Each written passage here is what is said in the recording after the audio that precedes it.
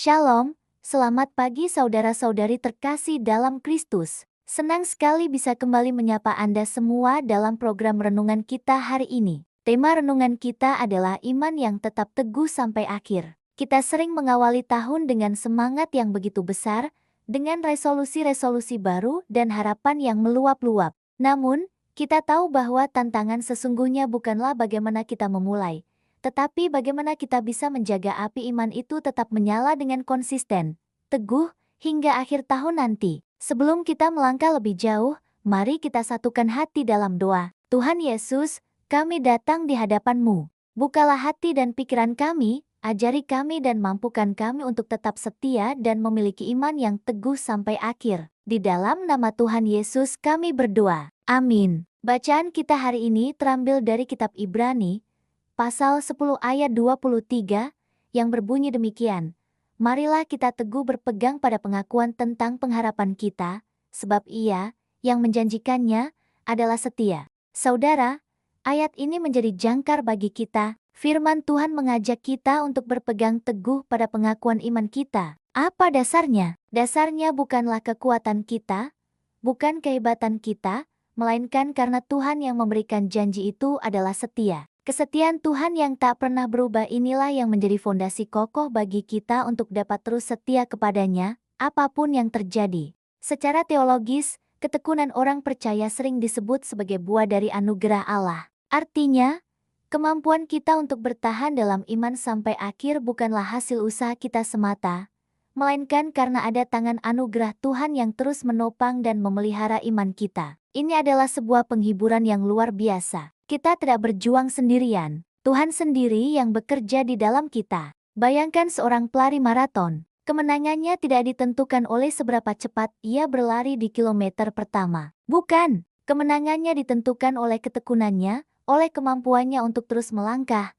Bahkan ketika kakinya terasa lelah dan napasnya tersengal-sengal, sampai ia menyentuh garis akhir. Begitu pula dengan perjalanan iman kita. Ini bukan lari sprint, tapi lari maraton. Kecepatan di awal tidak menjamin apa-apa jika kita menyerah di tengah jalan. Ketekunan sampai akhir, itulah yang terpenting. Lalu, bagaimana cara kita menerapkan ini dalam kehidupan sehari-hari? Mari kita mulai membangun kebiasaan-kebiasaan rohani yang baik, yang dapat menolong kita untuk tetap setia sepanjang tahun ini. Misalnya, berkomitmen untuk menyediakan waktu teduh setiap hari, membaca Alkitab, dan berdoa. Mungkin terdengar sederhana, tetapi kebiasaan-kebiasaan kecil yang dilakukan secara konsisten inilah yang akan membangun kekuatan rohani kita dari hari ke hari. Ingatlah, iman yang teguh bukan hanya untuk diri kita sendiri. Iman kita akan menjadi kesaksian yang hidup bagi keluarga kita, teman-teman kita, dan lingkungan di sekitar kita. Ketika mereka melihat kita tetap berdiri kokoh di tengah badai,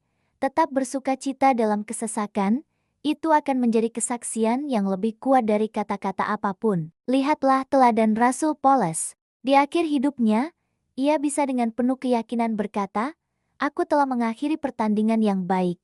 Aku telah mencapai garis akhir dan aku telah memelihara iman." Betapa indahnya jika kita semua, di akhir perjalanan hidup kita, bisa mengatakan hal yang sama. Tantangannya ada di depan kita. Jagalah api iman itu tetap menyala melalui persekutuan dengan saudara seiman yang saling menguatkan dan melalui kehidupan doa yang tidak pernah putus. Jadi, kesimpulannya adalah, iman yang kokoh bukanlah iman yang tidak pernah goyah, tetapi iman yang terus bertahan, terus bangkit, dan terus berjalan sampai akhir. Sebagai kata motivasi untuk kita semua hari ini, kesetiaan hari demi hari membawa kita sampai pada kemenangan iman. Mari kita tutup renungan ini dalam doa yang menguatkan. Tuhan Yesus, terima kasih untuk firman-Mu. Kami menyerahkan seluruh tahun ini ke dalam tangan-Mu yang penuh kasih.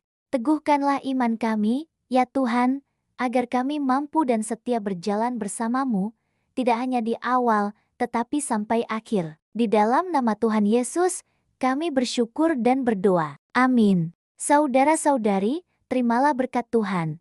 Tuhan memberkati engkau dan melindungi engkau. Tuhan menyinari engkau dengan wajah-Nya dan memberi engkau kasih karunia. Tuhan menghadapkan wajah-Nya kepadamu dan memberi engkau damai sejahtera. Kiranya Tuhan memberkati hidupmu, keluargamu, anak-anakmu, pekerjaanmu, dan kesehatanmu secara berlimpah-limpah, dari sekarang sampai selama-lamanya, saat Tuhan Yesus datang menjemput kita. Amin. Terima kasih sudah mengikuti renungan hari ini. Jangan lupa untuk subscribe agar kita bisa terus bertumbuh bersama dalam iman. Tuhan Yesus memberkati.